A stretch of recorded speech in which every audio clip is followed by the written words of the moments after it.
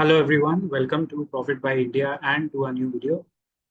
So दोस्तों आज हम लोग एक सक्सेसफुल इन्वेस्टर की कहानी पे बात करेंगे.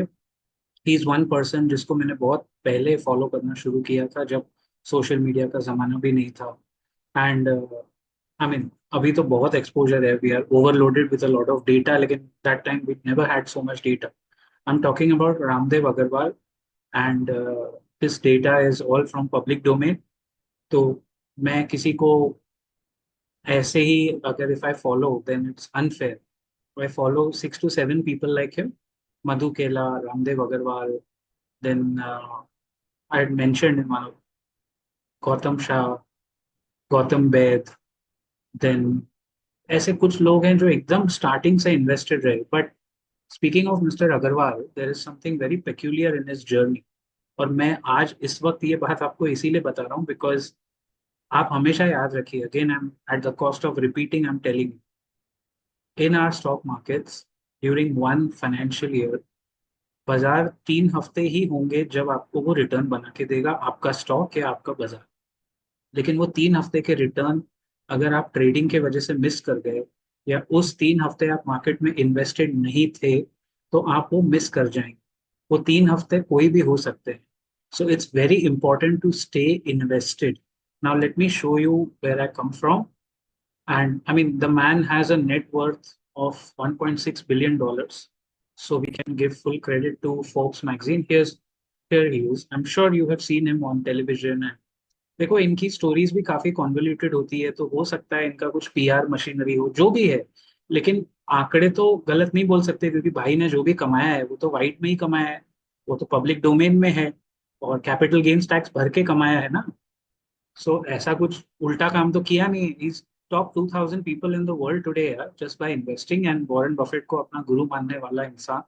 ये स्लाइड पे मैं चाहता हूँ आप सब फोकस करें.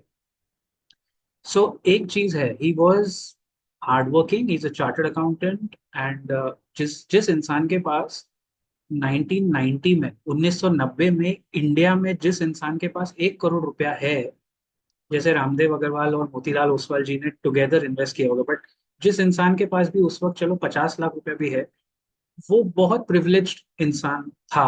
1990 having 50 lakh or 1 crore, you were actually filthy rich that time, let's be honest. क्योंकि अपना सारा डेटा उस टाइम नीचे था. We are talking 35 years back. So anyway, but he put this money, and his journey is 1 crore to 2200 crore in 35 years. 1990 he put this money, he got lucky in the Harshad Mehta bull run, got lucky, made it 30 crores. 2 साल में 30 करोड़. आपने वो scam 1992 देखा ही होगा, one of the best web series, rated 9.6 on IMDb. You don't get good OTT content rated 9.6 on IMDb very often. तो 30 करोड़ बनाए. फिर अगले क्रैश में 30 करोड़ 10 करोड़ पे आ गए, जो हर्षद मेहता के बाद का जो बेयर मार्केट एक तरह से हुआ. फिर 10 करोड़ बढ़ के 100 करोड़ हो गए 2000. नाउ डोंट फॉरगेट, ये 92 93 से 2000 तक वो 7 साल वो पैसे इन्वेस्टेड थे. द 10 करोड़ 30 करोड़ तक पहुंचे आप. फिर आप 10 करोड़ तक आए. 20 करोड़ का नुकसान हुआ है उस जमाने में. But the remaining 10 crore which he had, it was kept as it is. That made it to 100 CR in Y2K rally. फिर 100 करोड़ वापस 30 करोड़ पे आ गए जब 2002 में one of the biggest meltdown हुआ था अपने बाजार का, मुझे याद है वो, after the .com bubble burst. तो ये वापस 2002 में 30 करोड़ पे आ जाते हैं. मतलब जहां 1992 में थे 30 करोड़ पे, 10 साल बाद इंसान वापस घूम फिर के 30 करोड़ पे आता है. But he was running his own practice, he was working, वो पैसा साइड में कमा रहे होंगे. ये पैसा उन्होंने इन्वेस्ट करने के लिए रखा था. 1 करोड़ से शुरू किया था. ठीक है, आप 1 करोड़ से मत करो, आप 10 लाख से तो करोगे. तो एटलीस्ट 10 लाख से भी अगर आप ये टैली रखोगे, तो 200 करोड़ तो आपके इसी हिसाब से बन सकते हैं, 220 crore. But he got lucky because his stock selection that time was good and the markets were giving rewards. But the main point is, guys, he stayed invested. पैसा निकाला नहीं बाजार से, डीमैट बंद नहीं किया.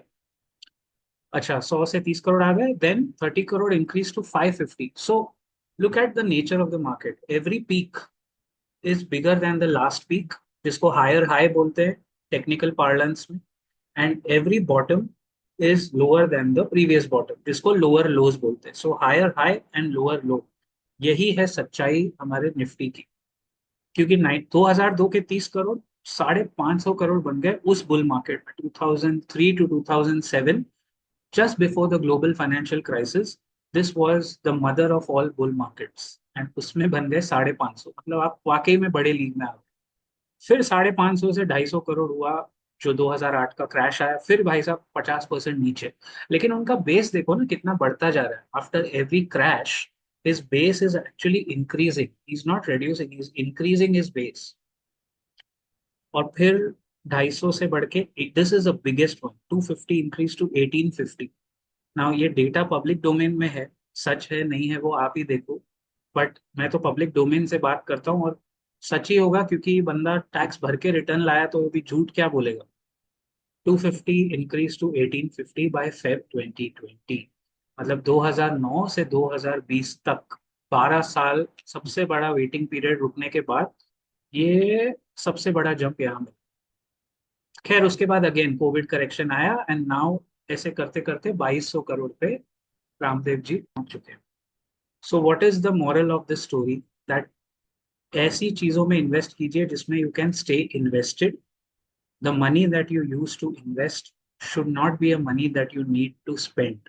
यानी अगर आप अपने खर्चा करने वाले पैसे को 6 महीना 3 महीना 1 साल बाजार में डाल रहे हो कि मैं रिटर्न कमा के निकाल लूंगा, that is not financially viable, it's not going to work.